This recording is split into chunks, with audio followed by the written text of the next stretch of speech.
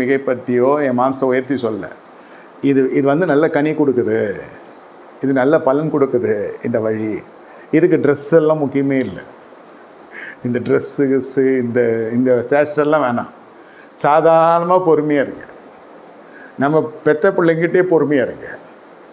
அதுங்க பண்ணுறது தான் ரொம்ப பாதி கணவன் பாதி மனைவி, அந்த கலவை தானே அது. மனைவி சொல்வா அப்பன் ஜாடையில் இருக்குது அடிச்சு நொறுக்கலாமான்னு இருக்கணும். கணவன் சொல்வான் பிள்ளைங்களை பார்த்து, மாமியார் அதாவது அந்த பெண்ணுடைய மனைவியருடைய அம்மா ஜாடையில் இருக்குது, மாமியார் ஜாடையில் இருக்குது, அதை அவ்வளோதான். நான் சொல்கிறேன், தேவ சாயலில் பெற்றிருக்கையா, அவன் குழந்தை இல்லாமல் இருக்கிறான், அவனுக்கு குழந்தை கொடுத்துருக்காரு கர்த்தர். சரி, எல்லாம் நம்ம எல்லாம் சகிக்கத்தானே. 15 வருஷத்துக்கு முன்னாடி வந்து குழந்தை இல்லை ஆண்டவரே ஜெபம் பண்ணுங்க ஐயா, ஆண்டவனே எனக்கு குழந்தை வேணும்னு கேட்டவங்க எல்லாம் பலிபீடத்து அட்டையில் இன்றைக்கி ஏண்டா பெத்தோன்னு இருக்குது.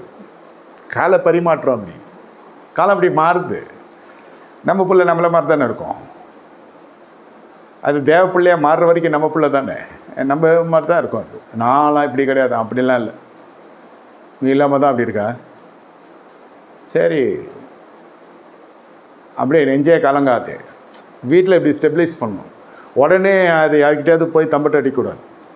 ரகசியம், பிள்ளைங்க ரகசியம் அப்படிலாம் இல்லை. எல்லார் வீட்லேயும் இதான் நடக்குது.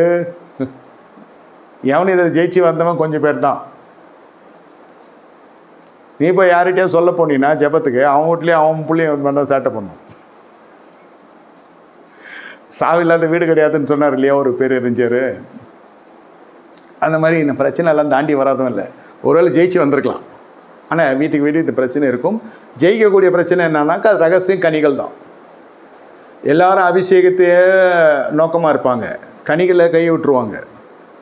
கனிகளும் இருக்கணும், உங்களுக்கு அபிஷேகமும் கர்த்தர் தருவார். கனி இல்லாமல் அபிஷேகம் வந்துச்சுன்னா நிலைக்காது. வெட்டுறேன் குத்துறேன் அது பண்ணுறேன் இது பண்ணுறேன்னு இழந்து மாம்சத்தில் சுக்குநூறாக போய் அபிஷேகத்தை எழுந்து போயிடுவீங்க. அப்போ தான் இந்த இன்சிடெண்ட் சம்பவங்கள் தான் வெளியில் தலைப்பு செய்தியாக வரும். இந்த மாதிரி ஆச்சு. ஆனால் முதல்ல நான் சம்பவத்துக்கு முன்னாடி நடக்கிற காரியம்னு சொல்கிறேன். உனக்குள்ளே சகிப்புத்தன்மை இல்லை. ஒரு இடத்த பிரச்சனையை ஆஃப் பண்ணுறதை விட்டுட்டு பல பிரச்சனையை வர வச்சுக்கிறீங்க.